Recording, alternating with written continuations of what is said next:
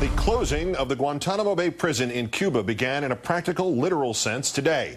Our fourth story on the countdown. For the first time, a Gitmo detainee has been transferred into the United States for trial. He is now in New York City. Yeah, the city seems still to be standing.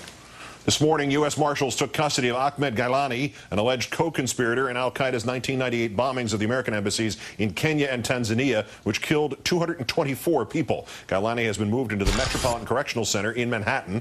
Let the hysteria begin. There are so many unanswered questions about bringing these detainees onto U.S. soil.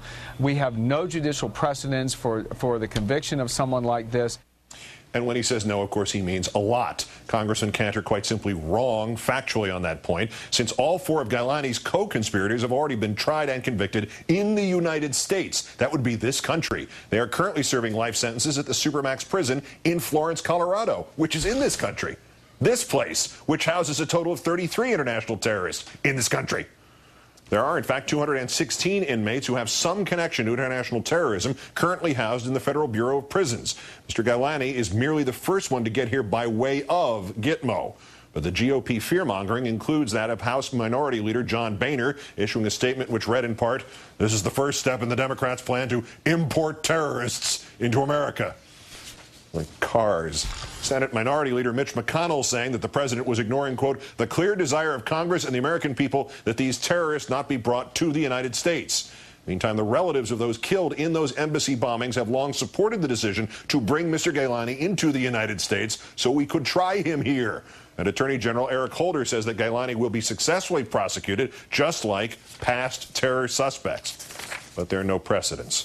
Let's bring in the Washington editor of The Nation magazine, Chris Hayes. Good evening, Chris. Hey there, Keith. Some Republican scare tactics have shreds of truth mixed in there among the otherwise whole cloth. This one just does not. How are they still getting away with this one?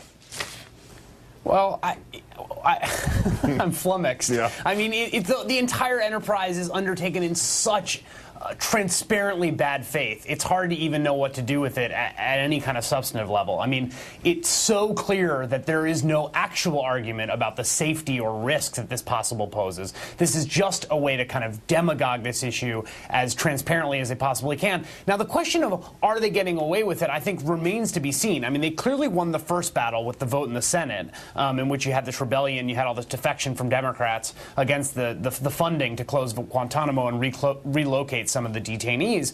But, you know, one of the things I think we can see is that if you start to just go ahead and do this and transfer the detainees, and as the National Security Network said in a press release today, world does not end, then, you know, maybe they begin to lose the argument. As for actual solutions to what to do about Gitmo, has the GOP, to your knowledge, advanced any alternative other than, you know, okay, let's turn this around and leave Gitmo open and leave these guys here literally indefinitely, literally until they drop dead? Nothing. I mean, I really have not seen a single positive, affirmative proposal for some kind of framework. And the fact of the matter is, it is a mess. I mean, it is. Those are the president's words, and I think they're accurate. Now, that doesn't take him or his administration off the hook one iota for, you know, solving this mess in a humane and just fashion. But it is a mess, and I have not heard a single affirmative pronouncement from the Republicans about what to do about it. What they see this as first and foremost, is a political opportunity to kind of bludgeon the Democrats with this very blunt national security club that they've been using for decades. Does the other part of the Obama plan here make any more sense? Rachel's going to go into depth about this at 9 o'clock. Shuttle certain detainees to the Pacific Island nation of Palau. No. This is bad. I mean, there seems to be this kind of creeping conception, I think, in some circles, and we've seen some sort of murmurs of it from the administration, that somehow the problem is physically that Guantanamo isn't Guantanamo, and that if you essentially replicate the legal or extra-legal structure of Guantanamo in, say, Bagram Air Base in Afghanistan or Palau or somewhere else, then that's somehow problem solved. No, the problem is indefinite detention. That's what we have to squarely look in the face.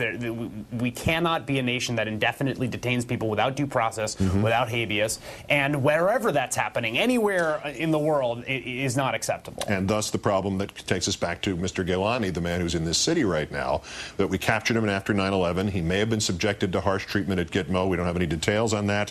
Evidence against him may have originated from torture. Worst case scenario, he's acquitted. either because of that or because jurors believe the story that he has, that he was an unwitting courier, not a knowledgeable one, or he happens to be innocent. What happens to him then, and what happens to society and civilization as we know it? Well, I don't know what happens to him. I don't know if anyone knows what happens to him. I mean, we see what a hard time we have just repatriating some of the detainees who are universally acknowledged to be innocent of any crime, right? So there's not even the taint of a formal indictment. I mean, there are detainees sitting in Guantanamo that no one will take, even though no one even alleges they did anything wrong. So if you have someone who is actually acquitted, it's hard to see where they end up. And this is disposing of these cases and figuring out a just resolution of this is very thorny. But I will say, one of the things that we don't sort of encounter enough in the coverage of this is the subjective experience of the people who are rotting away inside Guantanamo. And if you were there or someone you loved was there, you would be pretty outraged about the situation. Yeah, go online, look up the Boumediene interview with ABC with Jake Tapper the other day, and you'll know exactly what we're talking about. I have a place to put these people where they can do no good, no harm, and we'll always know where they are. The Republican National Committee. Chris Hayes, the Washington editor of The Nation, as always. Thank you, Chris. Thank you, Keith.